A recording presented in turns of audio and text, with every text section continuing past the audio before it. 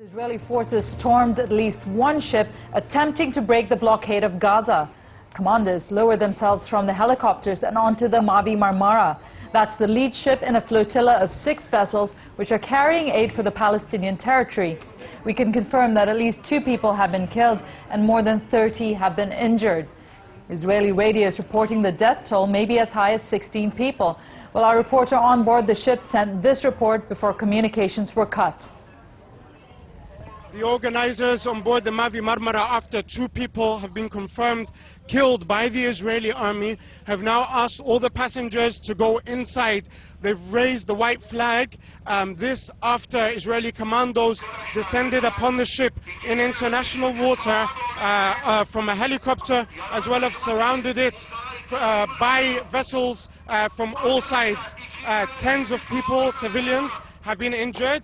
There are still sounds of live fire despite the white flag being raised. Tens of people have been injured. 2 people have been killed on board the ship. The Israeli Navy has launched a deadly raid on an aid convoy sailing to the Gaza Strip. Israel says 10 people died in the attack. Some reports from on board the aid convoy say the toll is even higher. 6 aid ships were on their way to the Palestinian territory, despite warnings from Israel that the flotilla was not authorised and it would be stopped. Among those on board were at least 2 Australians, Sydney Morning Herald journalist Paul McGough and photographer Kate Geraghty. The ABC's Middle East correspondent Ben Knight is at the Israeli port of Ashdod. Within minutes of the raid taking place, there were conflicting reports about exactly what happened. But the video sent from this aid ship shows Israel beginning to make good on its promise that the flotilla would not be allowed to pass. While Israeli military boats surround the ship, armed men drop to the deck from helicopters above. There's gunfire and close combat.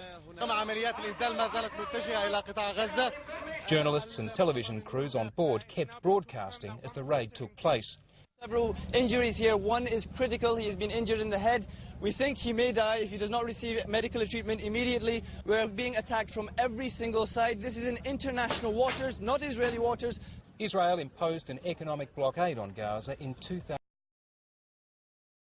News alert this morning. That's right, a deadly raid involving a group of aid ships and Israeli commandos. But there are conflicting reports about what actually went down.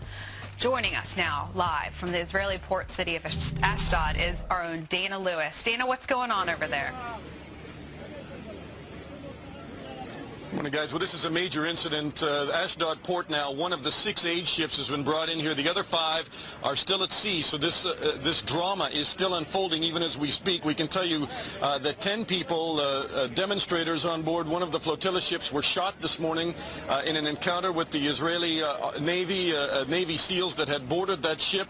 Many other of the aid agencies' internet sites are saying that the death count is higher than that. It could be 18 or 19. The Israeli army confirming that at least 4 of its Navy SEALs were shot this morning. Here's what happened.